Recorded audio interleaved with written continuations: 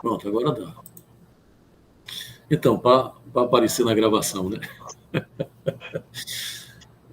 Ela apresenta essa primeira concepção do corpo como um construto social e que é muito comum na antropologia. Tem o Le Breton, tem um cara, um brasileiro, que a gente trabalhou com ele. Como é o nome dele, cara? Eu tenho um livro dele sobre o corpo também, agora eu não estou lembrado do nome dele. Ele também é da antropologia. Não me lembro, acho que foi com a Thaís, não está aí não, né? Foi na época da dissertação da Thaís, que ela trabalhou com ele. Depois eu posso ver aqui, que tem toda essa discussão sobre o corpo como uma construção antropológica, cultural, simbólica e etc. Né?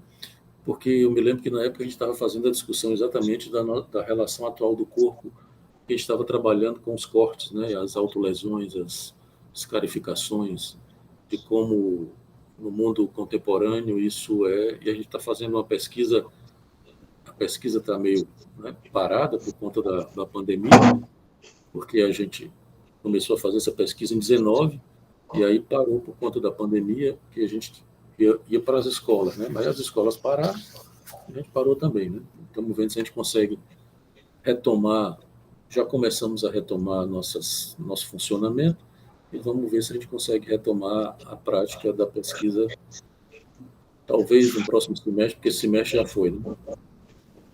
E, por exemplo, essa relação com o corpo, que é esse fenômeno que é muito...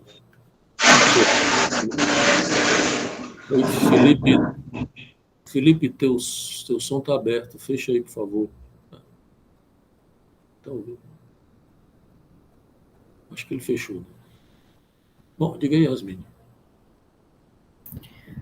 Professor, quando eu reli, né, esse texto, que eu vi essa frase, o corpo é um construto social, né, como o senhor colocou muito já desde Bourdieu, né, endossado dessa forma, mas hoje eu fiquei me perguntando, né, se eu colocar, digamos assim, a singularidade de um corpo, né, dentro desse construto, se não seria reducionista, porque às vezes quando a gente pensa nesse corpo como construto social, né, o social ele remete muito a uma coletividade, né, e o que a gente vê hoje é o falecimento, digamos assim, o desencarne, né, como eu já escutei, de uma coletividade.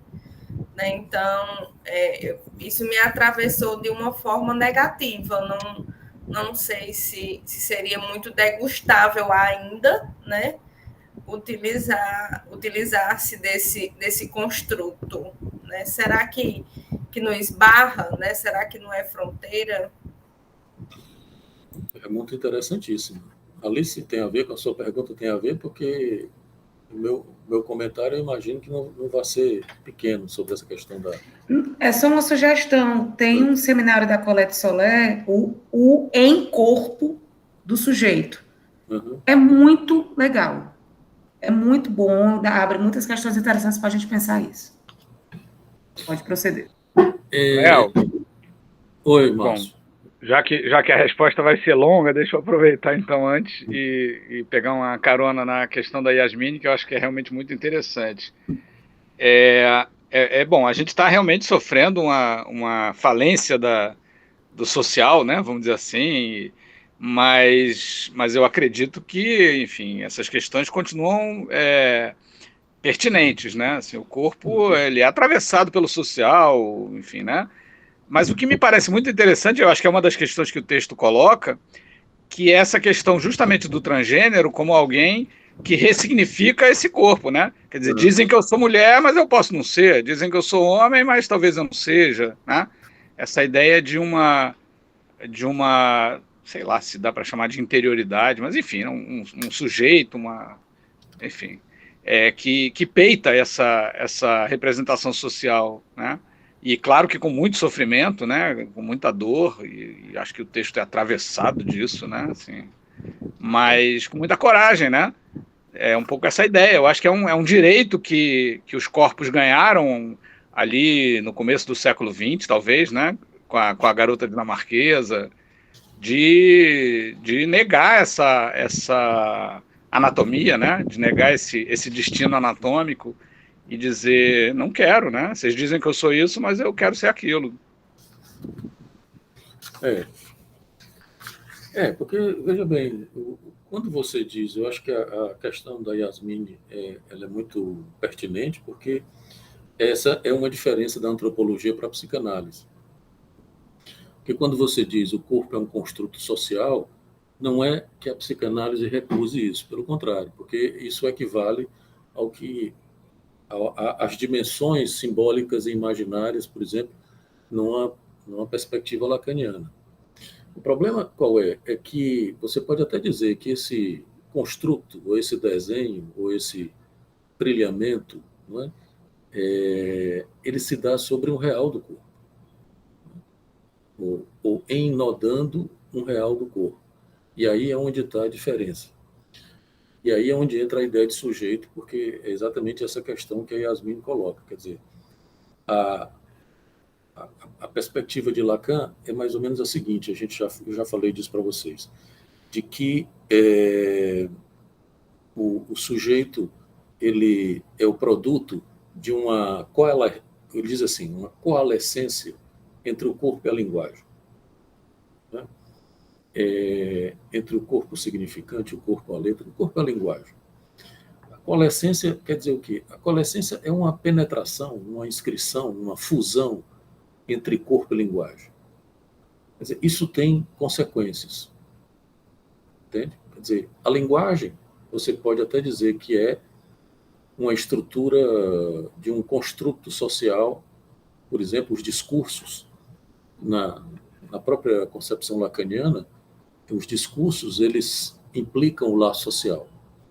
Porque no momento em que você tem essa coalescência, você tem efeitos de normatização, mas efeitos de esburacamento do corpo e, consequentemente, inevitavelmente, efeitos de subversão. Mas veja bem, há uma tentativa de normalização ou de normatização do gozo do corpo.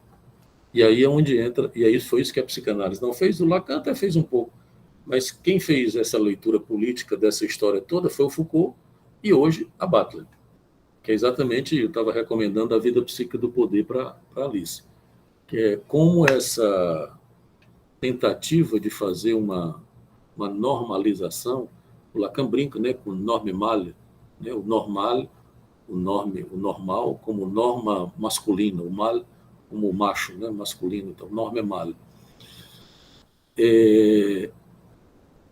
Então, para a psicanálise não é só um construto social. Né?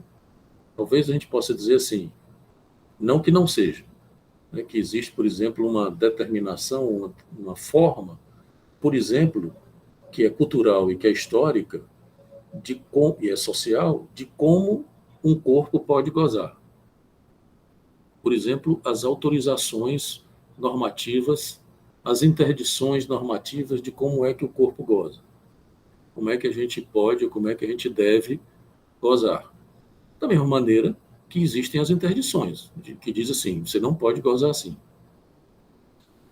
Obviamente, o que a psicanálise descobriu é que isso não funciona com tanta facilidade, não é tão simples assim. Porque quando alguém diz, você não pode gozar assim, o mais provável é que o sujeito goze exatamente com a interdição. Essa interdição é a história de que a lei termina fazendo gozar. Se você diz que é proibido, eu brinco com a história do mito do Adão e Eva, né? Ora, quando Deus diz, olha, a maçã é proibida, o Adão e a Eva ficam todos oriçados para comer a maçã. Não é? Porque exatamente Deus recorta um objeto e, consequentemente, erotiza, torna aquele objeto desejável e gozoso. Porque a lei faz esse recorte. A lei é quem produz o gozo. Né? Então, veja bem, não é uma recusa da ideia de que é um construto social, né? Porque a gente tem, por exemplo, em Lacan, essa possibilidade de pensar o construto social como sendo os discursos, né? Os discursos como aquilo que faz laço social. E veja bem, o Lacan diz outra coisa: os discursos são aparelhos de gozo, ou seja, são as formas como numa determinada época, num determinado momento, se permite gozar ou não. Como é que a gente, no laço social, é permitido gozar, é possível gozar. Então, a cultura interdita e autoriza determinados tipos de gozo, né? Gozo do corpo. Obviamente que nesse drama aí é um drama do sujeito freudiano, por exemplo, porque, obviamente, esse drama ele não é só estrutural, clínico, vamos dizer assim, mas ele é fundamentalmente político, né? Ele é um drama pulsional e político. Eu tenho até um artigo com esse título: O Drama Ético, Político e Pulsional do Sujeito Freudiano. É antigo, procurem por aí que vocês encontram. O drama, acho que o título é esse: O Drama Ético, Político e Pulsional do Sujeito Freudiano.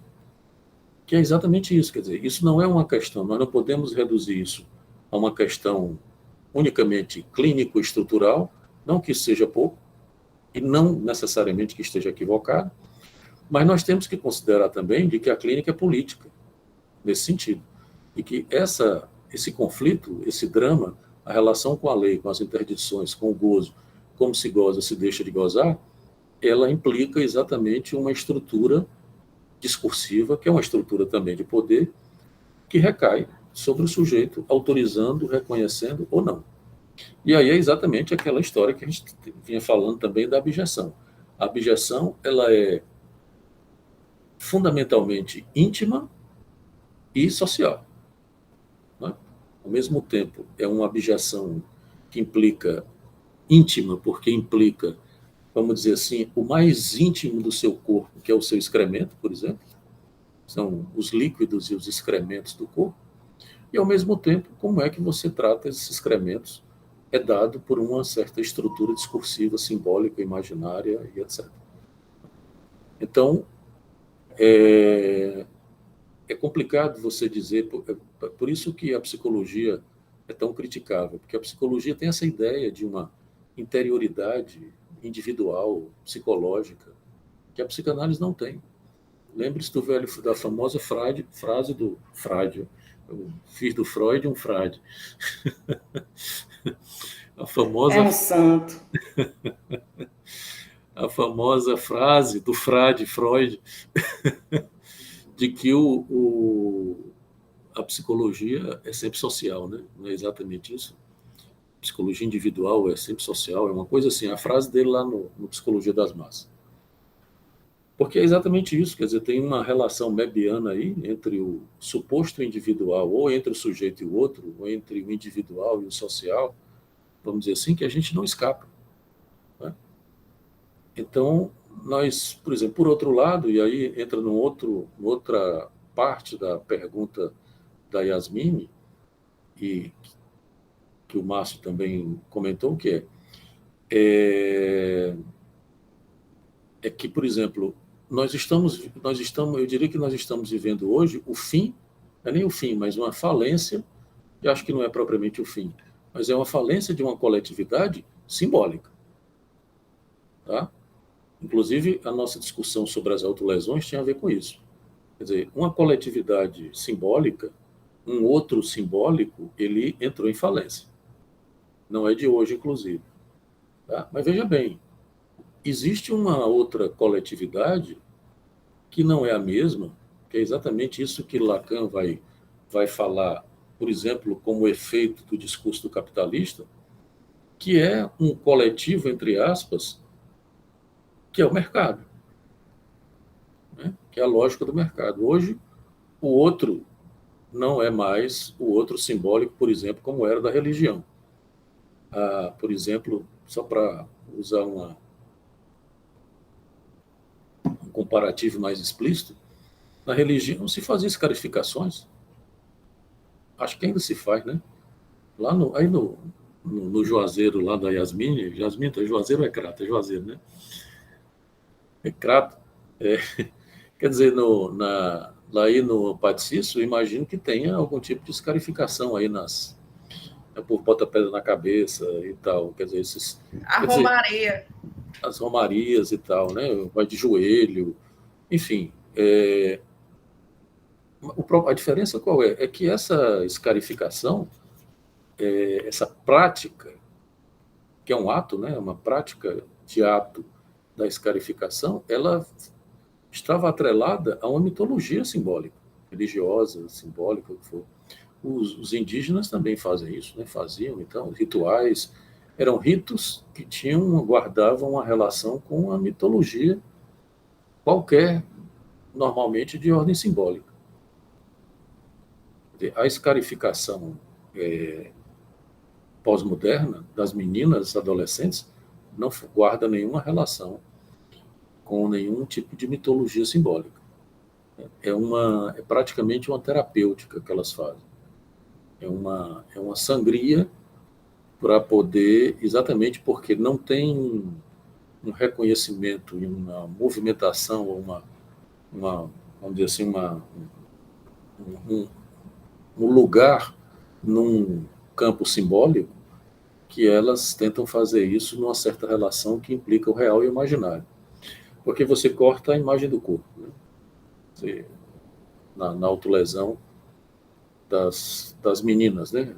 Eu digo meninas porque a maioria tem meninos também, mas são minoria. O que é curioso também, né? Então, tem uma falência de um coletivo simbólico, né? A gente está pagando um preço disso, né? Quer dizer, a lógica e a crítica a uma certa lógica pós-moderna tem a ver com isso. Por exemplo, uma das críticas que o Zizek e o próprio Foucault, ou a partir do próprio Foucault, a gente poderia fazer, por exemplo, a lógica da reivindicação de gozo LGBT, por exemplo, é que muitas vezes esse gozo ele pode se tornar uma reivindicação de um gozo individual. Tenho direito a gozar da maneira que eu quiser. O Zizek faz essa crítica, né? de uma reivindicação de gozo, como houvesse uma reivindicação de uma legitimidade do gozo individual, né? do sujeito, alguma coisa dessa ordem. Enfim, diga aí, Alice. Está fechado o microfone. Você sempre fala disso, né? Que curiosamente são mais meninas. Para saber se você já tem alguma hipótese, por que são mais meninas? Porque eu acho que o corpo na mulher, e aí eu estou falando na mulher mesmo, ele é mais objetalizável. Ele se apresenta, inclusive discursivamente, de uma forma mais objetalizável. Então, e obviamente aí tem uma outra questão que é também uma questão cultural e discursiva. É provável que eu já ia dizer isso, né? Já ia dizer isso, que é até uma espécie de apropriação imaginária do corpo da mulher, né? Socialmente falando, inclusive, né? Exatamente. Além do que, tem uma questão curiosa também, porque lembre-se que o campo de significação... Leonardo, e só mais uma, juro, a última. Mas, inclusive, para a mulher brasileira ainda é pior. Se você for considerar o feminino, né, nessa questão do social, para a mulher brasileira, essa questão da apropriação de uma imagem, de uma exigência, ainda é pior. Ainda é pior. Né, que eu até lembro que eu não sei se tu lembra que eu mencionei no meu trabalho, um Sim. antropólogo americano que veio fazer uma pesquisa com as mulheres brasileiras aqui no Rio de Janeiro, né, especialmente aquelas que participavam das comemorações do carnaval, com esse culto ao corpo e essa exigência de uma determinada forma de apresentar o corpo, né, que chamou a atenção internacionalmente falando a nível da brasileira, que é vista assim lá fora, né? Veja, e tem outra coisa aí também mais estrutural, vamos dizer assim, de que lembrem-se que a distinção sexual, mesmo em Freud, né, já era o quê? Que ser homem, do ponto de vista fálico, né, ser homem é ter um pênis, ser mulher é ter um corpo, não é ter uma vagina. Não que a vagina não conte, obviamente, mas no sentido de que essa oposição, falicamente falando, no sentido da atividade sexual fálica na mulher, por exemplo, ela não corresponde, a vagina não corresponde em termos de importância e lugar, vamos dizer assim, ao pênis para o homem. Entendam, não é que a vagina não tem importância. Isso é uma coisa, inclusive, que essa autora que eu estava criticando, do próximo texto, diz verdadeiros absurdos de Freud sobre isso, né? E assim, não recuso o fato de que Freud tem uma fantasia machista e masculina quando fala da mulher, claro. Mas ele não diz essas barbaridades que ela diz que o Freud diz, não. Inclusive de que a rejeição ao feminino é de ordem biológica. É um negócio complicado você dizer que o Freud diz que a rejeição, quando o Freud está falando exatamente de uma fantasmática de apassivamento, lá no Análise Terminável e Interminável, né? Ele fala da rejeição feminina, rejeição tanto do homem como da mulher. Mas em nenhum momento ele diz que isso é biológico, né? Porque às vezes quando o Freud diz constitucional, o povo acha que é biologia, não tem nada a ver com isso. Constitucional é estrutural. Né? Não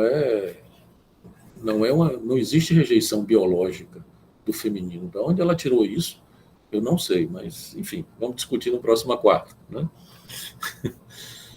Então, por exemplo, o ser mulher, obviamente que eu não estou dizendo que existe um ser mulher, mas a significação fálica de ser mulher, se para o homem a significação fálica de ser homem implica na detenção do pênis, o ser mulher implica na detenção de um corpo fálico, com inscrições fálicas. Então, o palco, vamos dizer assim, da significação fálica da mulher é o corpo.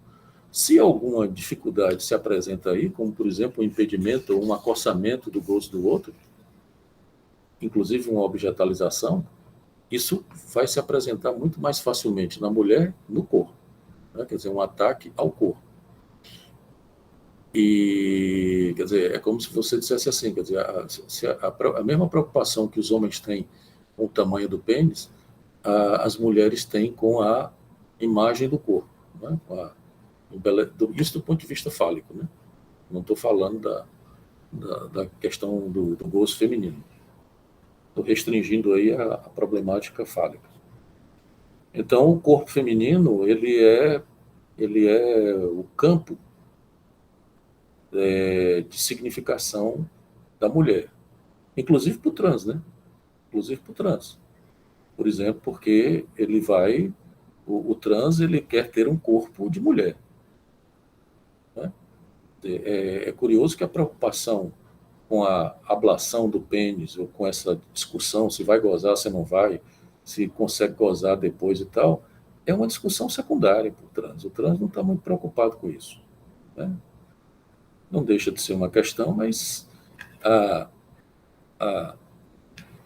o que o trans quer é ter um corpo de mulher onde ele possa, por exemplo, possibilitar essa significação possível, né? Porque a gente sabe que a significação ela nunca é completa, é alguma significação do que é uma mulher. Então, a gente sabe, obviamente, que exatamente por conta da insuficiência do falo, do nome do pai, etc., essa significação é sempre em aberto. É sempre aberta ao infinito, como diz Lacan. Se os homens se enganam, se iludem, vamos dizer assim, de que ser homem está bem determinado, né, como uma identificação, e essa é uma crítica possível que a gente pode fazer ao Lacan, lá no Matema da Sexuação, né, porque o Lacan, por mais que ele saiba que não é assim, mas ele dá a entender de que haveria uma identificação masculina fechada, né, o todo fálico, a gente sabe que o todo fálico é impossível. Da mesma forma, é muito mais um fechamento identificatório, né? Enfim, não sei se eu respondi a pergunta, mas, enfim. Quer dizer, só para arrematar, quer dizer, o corpo, nessa perspectiva, para arrematar a pergunta da Yasmin, nessa perspectiva aqui, é como se você pudesse, fazendo uma crítica acompanhando a crítica da Yasmin, quer dizer, é como se você pudesse imaginar que esse corpo construto social seria um corpo simbólico imaginário. Né? E quando você introduz aí o real, que é um pouco como a antropologia, o universal da antropologia, da sociologia, de uma certa maneira, funciona. Né? Quando você introduz o real do corpo, aí você tem que introduzir o sujeito. Né? Então, o corpo deixa de ser unicamente um construto social para ser um efeito singular de gozo, inclusive. O sujeito, cada um de nós precisa dar conta, a noção de sujeito tem a ver com isso. Cada um de nós, o sujeito, tem que dar conta dos efeitos de gozo do corpo, desse encontro, dessa coalescência entre o universal da linguagem e o corpo real. Mas, obviamente, que não dizer que o corpo é um construto social não é propriamente um erro, né? Talvez seja insuficiente ou limitado, porque tem a inscrição realmente. Né? Nós não podemos recusar que nós temos inscrições socioculturais, quer dizer, formas, por exemplo, de interdições, por exemplo.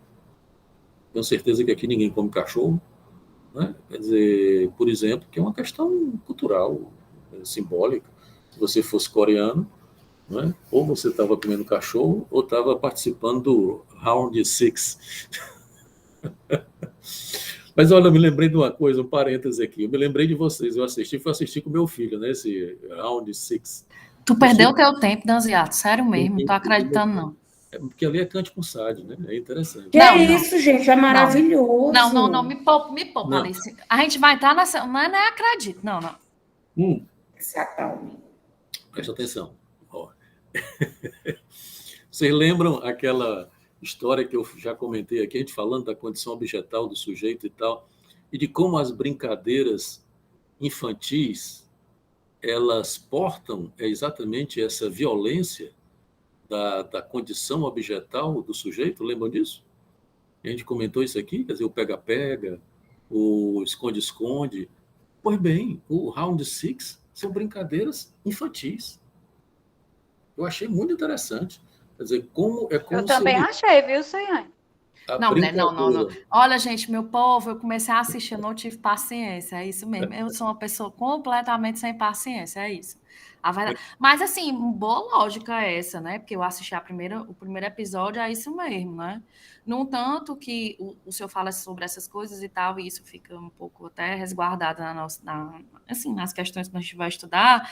Eu tenho uma amiga que a gente estava falando sobre essa porra desse Round 6, e ela falou justamente isso, que lembra das suas falas. Olha a tarefa, Danziato. Que lembra das suas falas na aula de TTT, né? Que falando sobre justamente essa coisa da relação objetal do bebê, do pezinho, né, de morder o pé, né, da coisa e das questões de brincadeiras, como você está falando aí. É bom relacionar isso, mas pois é. Gente, não dá, não. Quando chegou assim no segundo, na metade, não, meu povo, com licença, eu vou ler aqui um negocinho melhor, vou fazer um negocinho melhor da minha vida. Deu não. Não, o Black Mirror é muito melhor, né? É muito melhor. Não tem nem comparação. Pronto, muito melhor, com certeza. A temática é muito semelhante, né? É muito fantasioso demais, assim, mas é numa ordem um pouco mais, eu acho, professor, mais escrachado, assim, não sei, eu não gostei. Tem umas coisas realmente... Tem uma coisa da crueldade também aí, né, Leonardo? É no muito Round explícito, 6, né? É muito explícita demais, né? É muito ingênua, porque a obra de arte ela não pode ser tão direta, vamos dizer assim, né? E é como se como eu disse, o Black Mirror ele é melhor porque ele não é tão direto, né? ele é mais sutil, é muito mais angustiante, inclusive. E aqueles coreanos são muito histéricos, né, gente? Cá para nós, pelo amor de Deus. Exatamente. Eu não sei se eles falam assim mesmo, né? Lá, mas deve, sei lá, deve ser, né? Eles falam de uma forma extremamente histérica, né? Eles choram. Então, né? Um negócio curioso, né? É porque a gente não está habituado, Leonardo, com a musicalidade do A idioma. entonação da língua, né? Me incomodou profundamente um negocinho que eles têm no final da frase.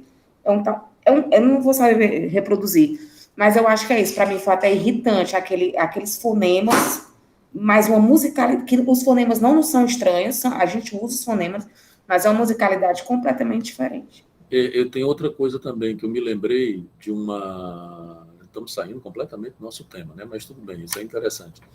Eu me lembrei de um comentário, que aí eu não vou me lembrar para dizer onde é que o Zizek faz esse comentário, mas ele faz um comentário muito interessante sobre a relação da Coreia com a tecnologia e a devastação que os japoneses fizeram na cultura coreana.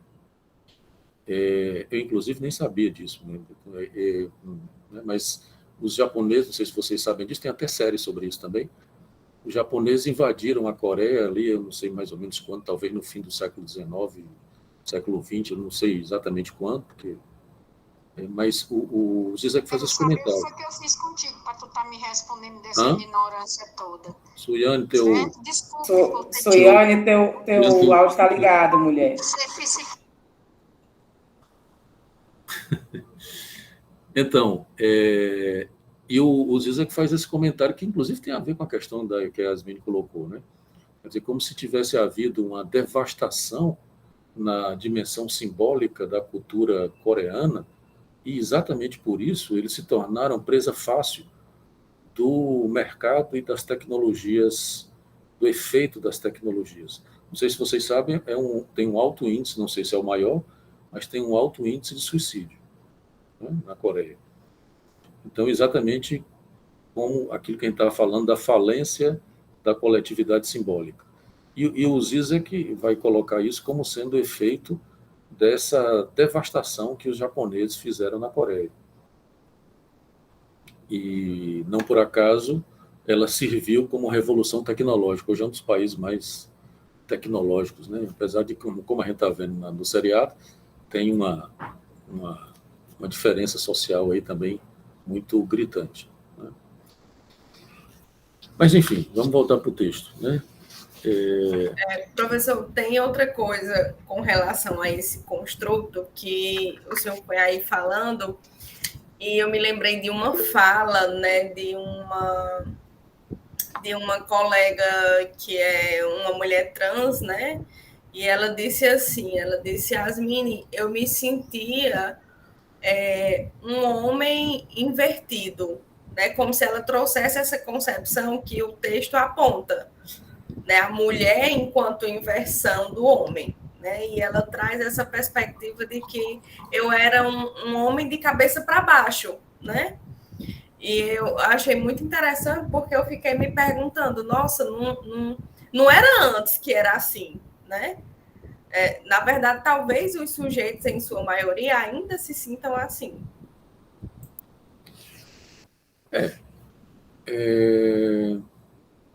Não sei se vocês sabem, mas assim, essa ideia de que existe uma sexualidade ou um sexo propriamente feminino, ela é nova, né? Ela é nova. A ideia anterior, exatamente essa ideia de que a mulher era um homem invertido. Essa ideia, por exemplo, de que não havia nenhuma peculiaridade, nenhuma singularidade da sexualidade feminina, né? A crítica, inclusive, que se faz a Freud e à psicanálise é exatamente essa, de que Freud teria exatamente promovido a ideia de que existe um único sexo, né, que é o fálico. Apesar de Freud, a gente sabe disso, ele reconheceu seu limite e a sua incompetência de dizer o que é uma mulher, né? Ele declarou isso, disse, olha, não estou satisfeito, eu disse isso aqui, abrir essa questão, não consigo responder, vão procurar os poetas. E aí nós encontramos, não os poetas, mas encontramos Lacan também, né, que tenta dizer alguma coisa sobre isso, de uma outra maneira, que não pode ser até um único sexo, mas os gozos são diferentes. O tipo de gozo é outro, né, que não é unicamente um gozo fálico. Tem um gozo feminino que implica exatamente essa peculiaridade.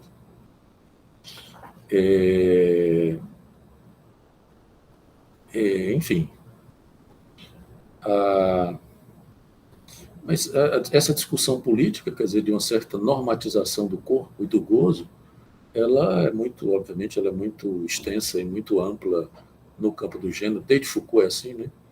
Foucault, os estudos de gênero aí acompanham muito Foucault, porque Foucault é quem vai mostrar que o corpo é político. Né? Inclusive, ele vai mostrar como todo esse processo de erotização e de sexualização do corpo, que está lá na história da sexualidade, né? Vocês podem ler no... Bom, tem os 3, né? História da sexualidade 1, 2 e 3, mas especialmente na Vontade de Saber, que é o 1, que ele vai deixar claro de como o corpo foi erotizado e sexualizado, especialmente no mundo moderno, e especialmente inicialmente pela classe burguesa, que passou e que isso tem a ver com o nascimento do capitalismo, né? Quer dizer, essa excitação, essa intensificação, o termo que Foucault usa é esse, é uma intensificação. Nós modernos, quando eu digo modernos, a partir do século XVII, passamos por um processo de intensificação dos prazeres do corpo. Na linguagem lacaniana, seria exatamente a intensificação do mais de gozar, ou a proposta capitalista de que você pode recuperar o mais de gozar. Então, isso é cultural e histórico. Quer dizer, nós não podemos deixar de considerar isso, de que como a gente goza hoje do corpo, inclusive, as formas de gozo do corpo, autorizadas ou interditadas, porque a gente também goza das interditadas, né? Elas têm a ver com um determinado momento histórico, uma determinada época. Né?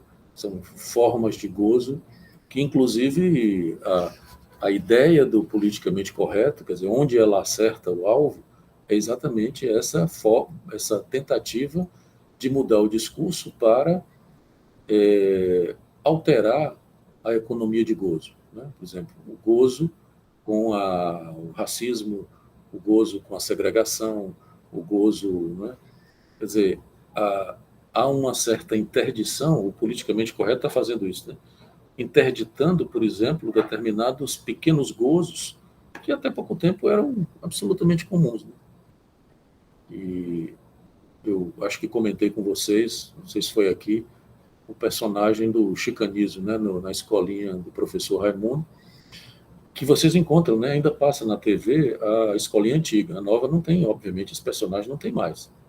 Mas veja, da década de 90 para cá, é muito pouco tempo do ponto de vista histórico. Eu não sei nem se é década de 90, talvez, não me lembro quando foi que a escolinha do Chicanismo acabou. Mas tinha aquele personagem que era aquele personagem da mulher que apanhava do marido e dizia, eu gosto. Quer dizer, hoje é impensável. Um personagem desse numa TV aberta, como era, por exemplo, né, nas Boas Famílias, as pessoas de bem assistindo. Né? Quer dizer, estreou em 1990, viu? Acabei de ver aqui. Foi até dezembro de 2001. Pois é. É pouquíssimo tempo, né? 20 anos em história não é nada. Mas, de todo modo, você já vê, por exemplo, quer dizer, hoje em dia, você não conta uma piada, e veja bem como era o termo, né? O termo era humor negro. Se quer dizer humor negro, você pode dizer mais. Não é?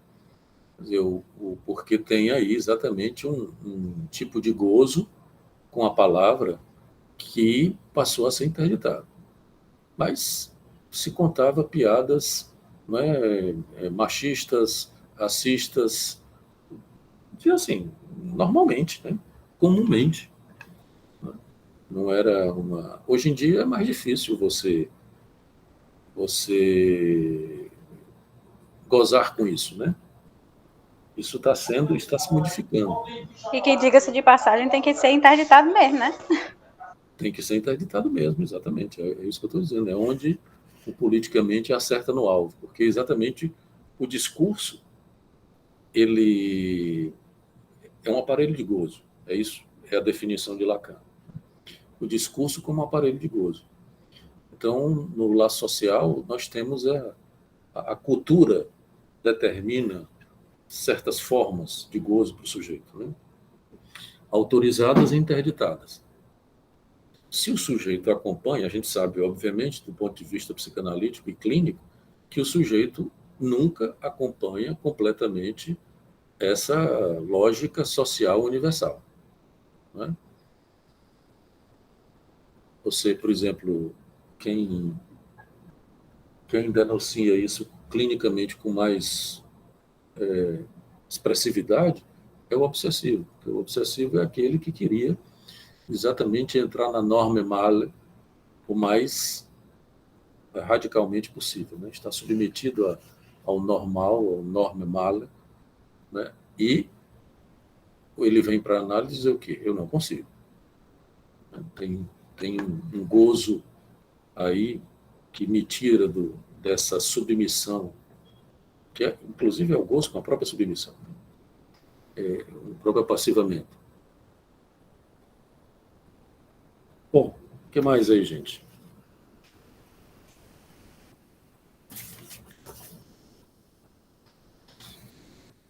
Bom, ela fala aqui da questão da performance, né?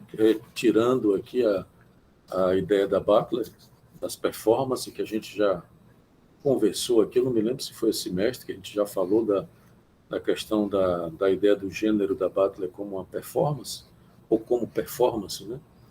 Que é essa ideia de que, quando ela diz aqui que quando essa diferença sexual é afirmada, né? Um menino é uma menina, a partir daí uma determinada performance, inclusive uma exigência de performance, ela se abre e recai sobre cada um de nós, né? Se você é menino ou menina, existe, né, uma exigência de performance. Eu estava vendo na internet, acho que foi no Instagram que eu vi, um antropólogo francês que acabou de lançar um livro, que agora eu me esqueci o título, mas é um livro sobre os homens, de como, o que é curioso, né? Porque normalmente a gente fala de como as mulheres sofrem os efeitos dessa cultura machista, né? E esse antropólogo está falando dos efeitos de como os homens sofrem nessa cultura machista, né? Porque, quer dizer, tem essa questão também, essa performance do todo fálico também não é uma coisa simples para os homens, né? É uma coisa que os homens estão submetidos, quer dizer, o antropólogo, eu não li o livro, né? Porque o livro está em francês ainda, e obviamente eu não comprei ainda, não sei se eu vou comprar, mas eu li a reportagem sobre o livro. E ele dizia isso, ele dizia assim, olha, quando era criança, jovem, criança adolescente, eu era um homem heterossexual, mas que não estava dentro dessa performance fálica, não é? Essa performance viril que os meninos têm que ter. Não é? Tem muitos meninos que sofrem isso na infância, né? Se não tem aquela virilidade, por exemplo, era um cara que gostava de estudar, que gostava de arte, que gostava disso, daquilo outro. Se os meninos não têm ou não entram nessa performance viril, eles, nas escolas, nem se fala, né? Os bullying, os ataques e tal. É claro que todo mundo sofre, né? Mas, e que as mulheres, obviamente, a gente não pode comparar, porque as mulheres não só sofrem, como são assassinadas, né? Tem uma diferença. Mas é curioso que tenha um livro que alguém denunciando isso também, né? Que por parte dos homens também há existem efeitos, né? Para que a gente não acredite, porque isso na clínica também aparece, né? E da mesma forma, os homens sofrem com isso também, porque tem essa, quer dizer, uma análise, como eu já disse isso para vocês em outros contextos, talvez mais clínicos, né? Outras discussões mais clínicas. Uma análise não é para tornar o sujeito mais potente ou mais viril. Não tem nenhuma proposição nesse sentido, né? Inclusive, a famosa frase do Lacan é que é transformar uma impotência numa impossibilidade. Não é transformar uma impotência numa potência, né? Quem promete isso é o coaching, talvez alguns psicólogos ou sei lá o quê, né? Não é a lógica neoliberal, né? Da eficácia, da eficiência e tal. Que o coaching é a grande figura. Isso aí também é uma questão para os próprios homossexuais, né, professor? Por exemplo, a virilidade ela tem que ser constatada entre os homossexuais, né, os homens. E se ele não constata isso no outro, ele não se sente atraído, portanto, ele também tem que ser, e tem essa troca, né, os dois com essa virilidade, um mostrando para o outro, para se desejarem, né? Exato. Agora, mas veja bem, eu nem me referi aos homossexuais para exatamente marcar o efeito disso, porque, por exemplo, no caso, a reportagem que eu li desse autor, que eu esqueci o nome também, porque é um antropólogo que eu não conhecia. Ele diz isso, olha, porque se você levar em conta, por exemplo, se você se referir aos homossexuais, isso é 3 vezes pior. Porque os homossexuais, por exemplo, sofrem os efeitos dessas exigências viris e fálicas e tal, né, desse discurso. Mas o curioso que era que o antropólogo, ele dizia, olha, eu não sou homossexual, não era homossexual. Eu era apenas um homem que não, heterossexual, inclusive, mas que não respondia ao modelo, não é, da norma male, né, da virilidade estereotipada, por exemplo, né? Isso no nicho homossexual, pelo menos aparece na clínica, para mim, como aquele cara gay que quer fazer parte, por exemplo, do movimento LGBT, né? Quer que se enquadrar na militância, mas não consegue porque sustenta o seu desejo, né? Na virilidade, no contato com o outro, às vezes até de um jeito, o gay casado, né? O que tem relações heterossexuais para se manter ali trocando com outros homens de um jeito sigiloso, assim. Isso também aparece como angústia no meio homossexual. Porque, na verdade, nós não estamos falando da virilidade propriamente como sendo qualquer tipo de verdade, né? Porque a virilidade ela pode ser aí uma performance imaginária, né? Estereotipada. Está aí o Bolsonaro e o Carlos Bolsonaro e os bolsonaros em geral, né, que os boçais bolsonarianos que demonstram isso, quer dizer, uma virilidade meio estúpida, meio estereotipada, como se isso fosse a virilidade, né? Quer dizer, então tem obviamente que essa performance, ela se apresenta dessa forma, né? Porque o que está acontecendo hoje, por exemplo, no capítulo que a gente escreveu para um e-book que a gente está lançando, eu coloco isso lá, né, de que essa cólera fálico-masculina contra as mulheres, e não só contra as mulheres, mas contra o feminino, tem a ver também com a queda dos ideais viris, né? Esses ideais viris, eles têm entrado em falência também, numa certa decadência, né? Já não tem, por exemplo, antigamente, até mesmo no século XX, assim, né, o fato, tem essa coisa, né, de que o homem nascia, o fato do homem ter um pênis já dava a ele um poder e um reconhecimento social quase que automático. Não é natural, porque essas coisas não são naturais, né? Mas era quase que automático. O fato de ser homem já dava a ele um certo poder e um certo domínio, por exemplo, sobre uma mulher. Quer dizer, obviamente que isso se perdeu. Quer dizer, os homens agora têm que trabalhar para, por exemplo, conquistar uma mulher. Né? Não é algo que seja... Porque, por exemplo, no dispositivo de aliança, como diz o Foucault, a mulher era trocada como um bem, né? Quer dizer, era um bem que os homens adquiriam, por exemplo. Né?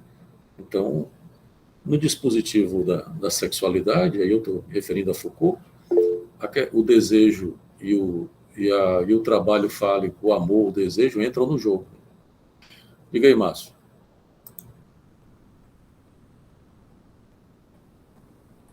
É só um arremate, né? Oi. É um arremate, praticamente é uma conclusão evidente do que você está dizendo, né? O feminicídio é evidentemente um sintoma disso, né? Assim, os homens não conseguem sustentar, não conseguem dar conta de que não é mais assim, né?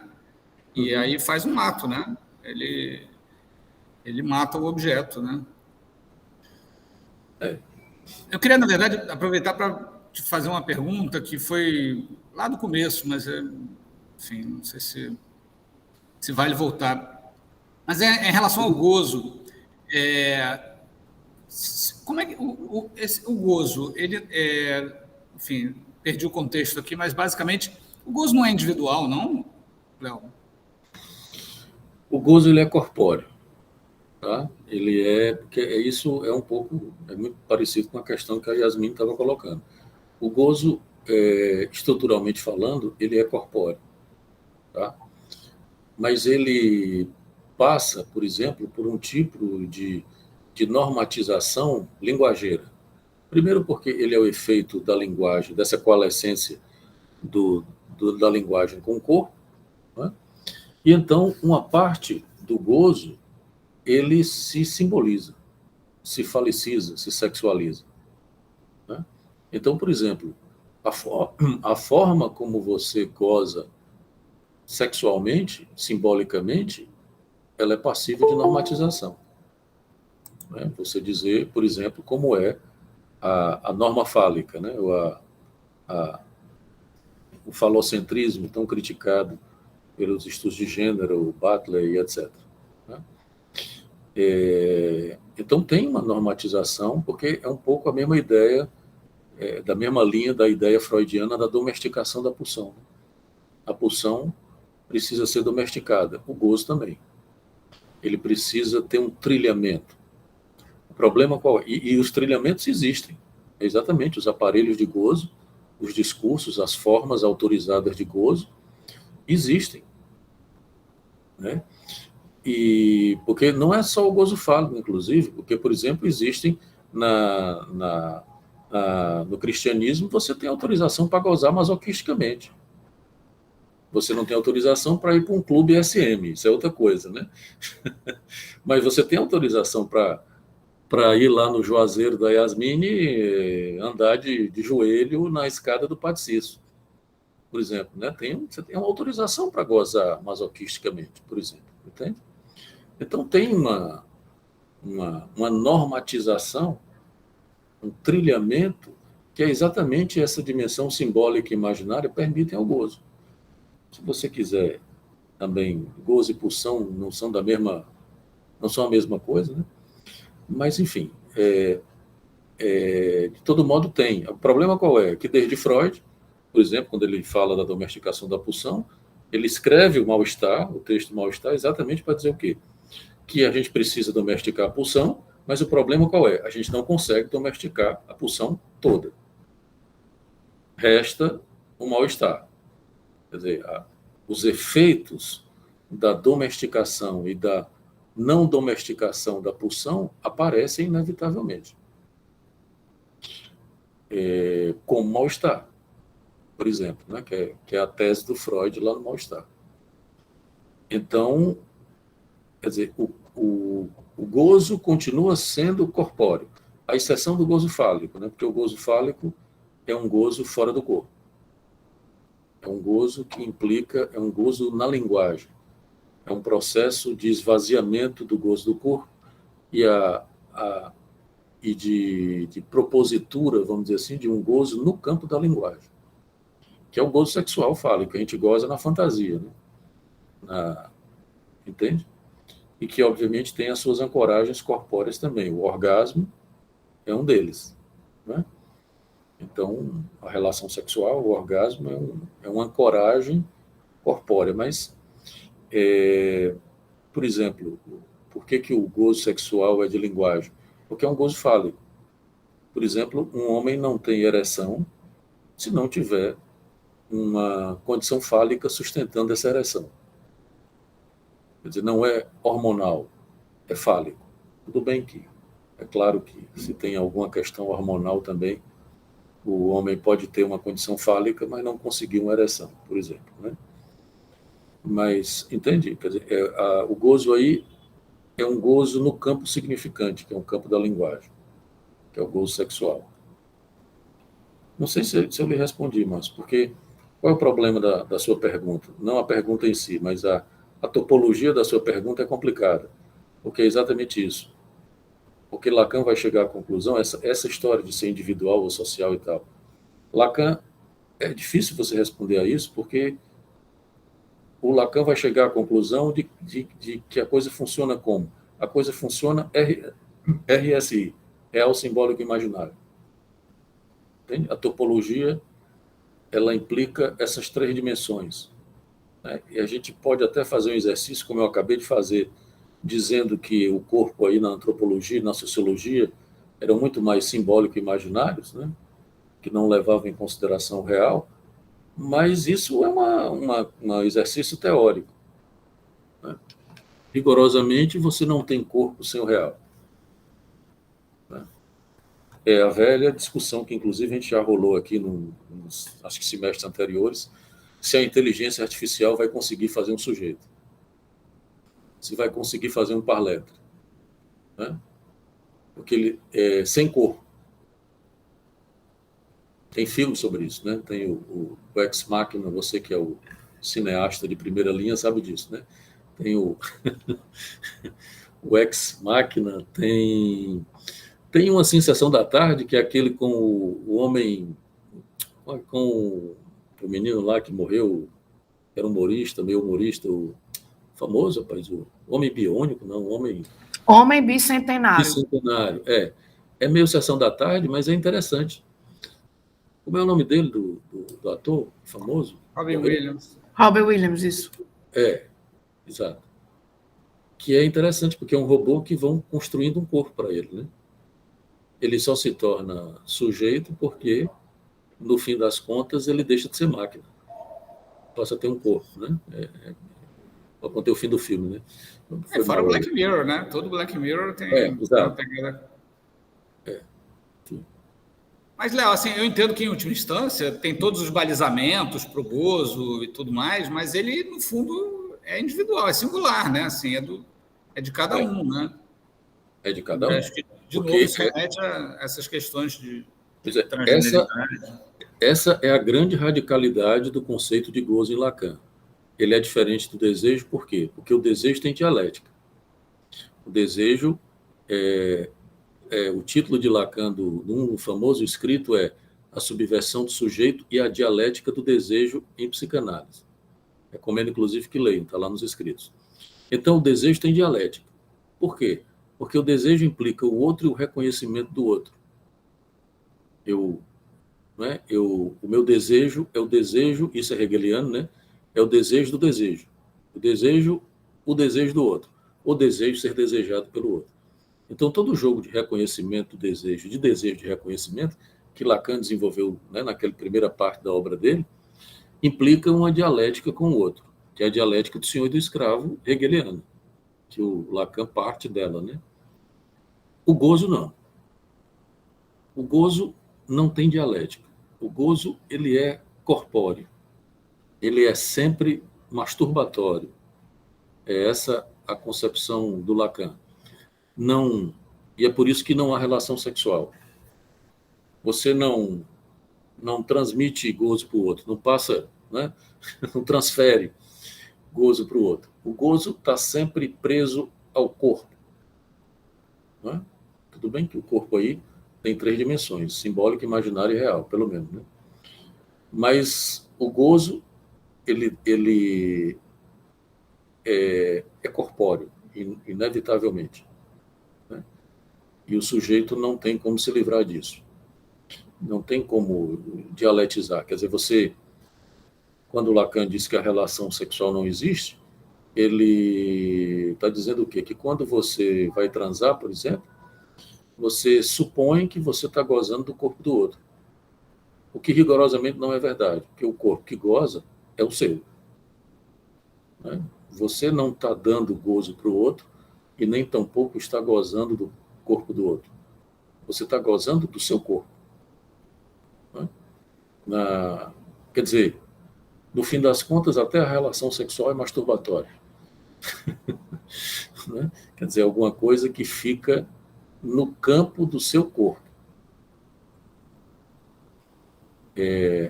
Por isso que não há relação sexual. Professor, Oi. o senhor terminou?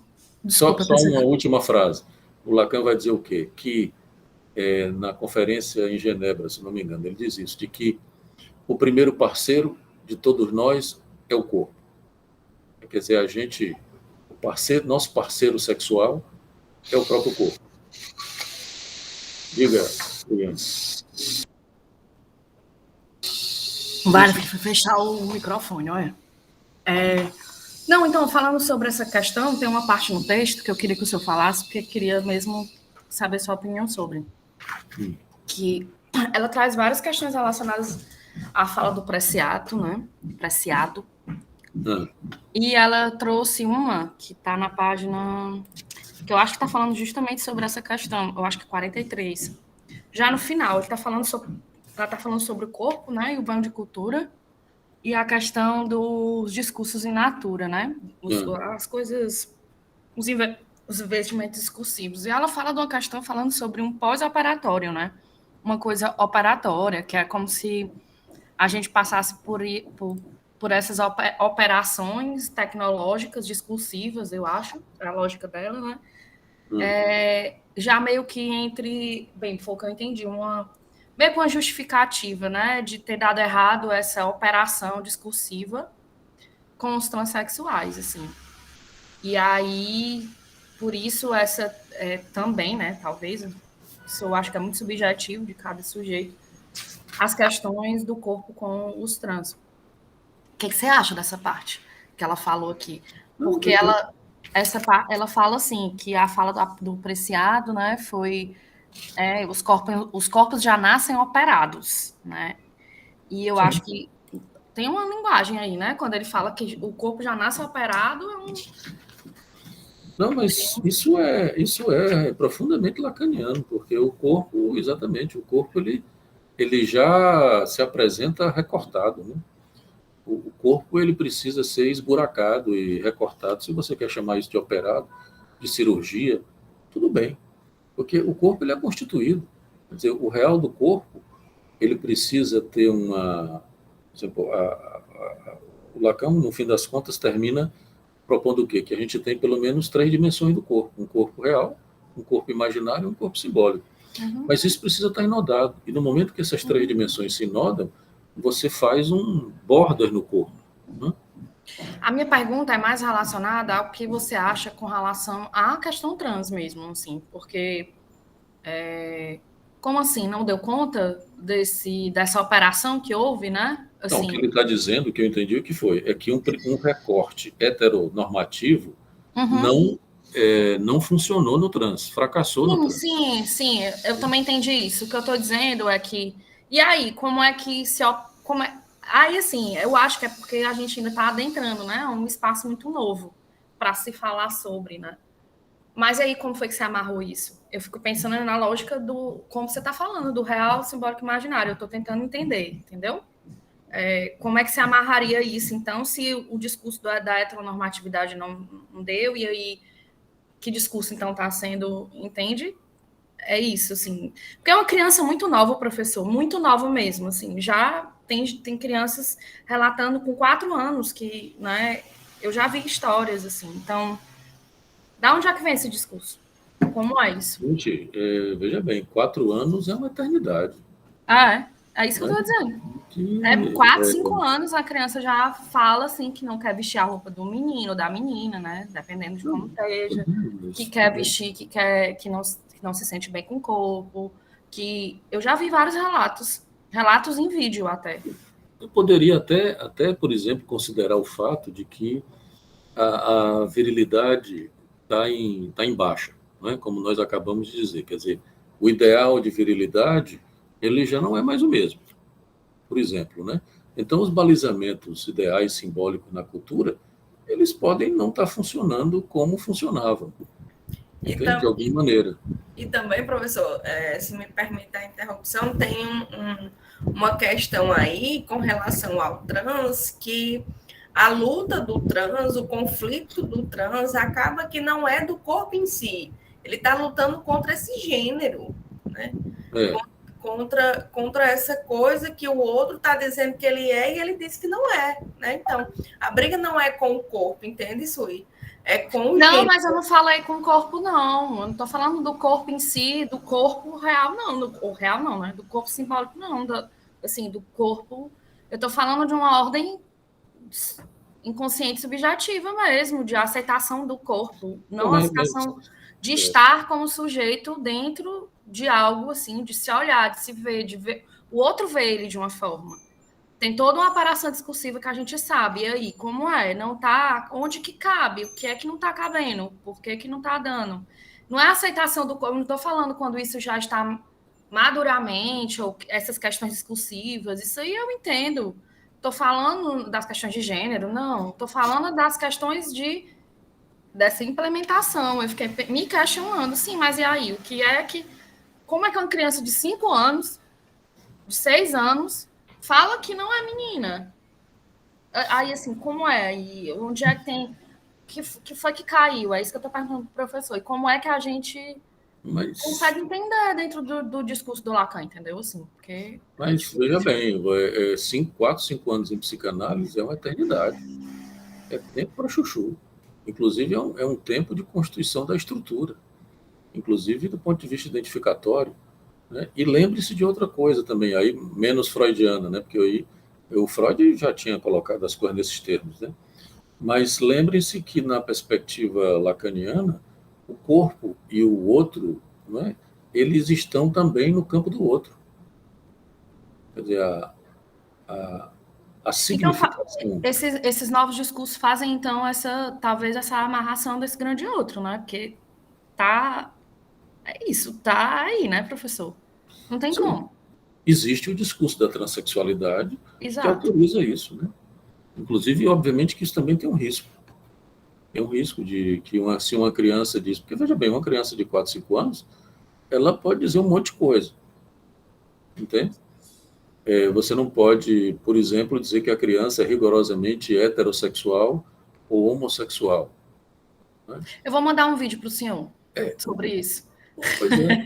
Para você ver, assim, como elas conversam com os pais, com os psicólogos, com, enfim, os terapeutas, com médicos, com as afirmações que as crianças fazem, assim. E eu tenho uma amiga e que ela diz, eu criança, eu odiava meu cabelo, meu jeito, eu queria ser menina. Desde sempre. Desde que eu tenho a minha primeira lembrança de vida, eu queria ser menina. Pois é, então... uma imagem. Lembre-se que, por exemplo, a imagem do corpo, ela é construída até os 2 anos. No estádio do espelho. Né? A imagem do corpo é constituída aí. E veja bem, a imagem no espelho, a imagem do corpo, ela não necessariamente equivale à imagem real do corpo. Lembre-se disso. Está aí o trans que não deixa mentir. Né? Você tem um corpo de macho, mas olha no espelho e vê uma mulher. Por exemplo, né? Não, ou pelo menos não reconhece o corpo de macho. Você não reconhece um homem naquele corpo de macho. Porque estou falando de macho e homem como sendo diferentes. Tá? Então, é claro que a imagem do corpo, tal como constituída pela criança, ela implica o corpo real. Mas veja que o corpo real não é necessariamente o corpo anatômico. Não é o corpo, não é o organismo. Tá? Isso é o real do corpo, é um buraco, inclusive. Não é necessariamente a anatomia e nem o organismo. Cuidado com isso, porque eu já disse isso para vocês também, já vi muita gente boa, inclusive bons lacanianos, confundindo o real do corpo com o organismo. E não é. Não é a mesma coisa. Tá? Tudo bem que você pode até dizer que o organismo faz parte da dimensão real do corpo. Mas não é a mesma coisa. Muito mais do que o organismo, o real do corpo é a morte. Por exemplo, é a morte que habita o corpo. E como eu já disse para vocês, vou dizer de novo, é o corpo que vai lhe matar. É o seu corpo que vai lhe matar. Você pode até levar um tiro, mas como diz o bom cangaceiro, né? Quem matou foi a bala, eu só fiz atirar. Quer dizer, quem morreu foi o corpo. Ele é que é morredor. Né? Não... Entende? Porque você não conhece o organismo, cara. Você não tem a mínima ideia do seu organismo. Né? Hoje em dia, até você, por exemplo, quando vai fazer ressonância e tal, e não sei o quê, você conhece seu pâncreas, você conhece seu estômago, você vê, né? Mas você não conhece, isso não faz parte da imagem do corpo, e nem da imagem real do corpo. Né? Faz parte do organismo. Você até sabe que tem pâncreas, que tem estômago, né? Eu agora descobri que estou com pedra na vesícula.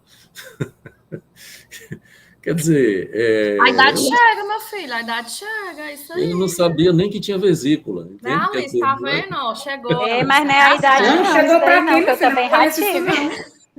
Não conhece isso não, minha filha, eu sou Vai bem ter que novinha. operar, Leonardo? Ei, não, por enquanto não. Professor, eu vou atrapalhar. Não teve as crises, não. Eu vou sair agora para atender. Presta atenção. Professor, vai ter jornadinha presencial? Vai. Presencial, por favor, eu quero ver vocês, meu povo. Vamos fazer presencial.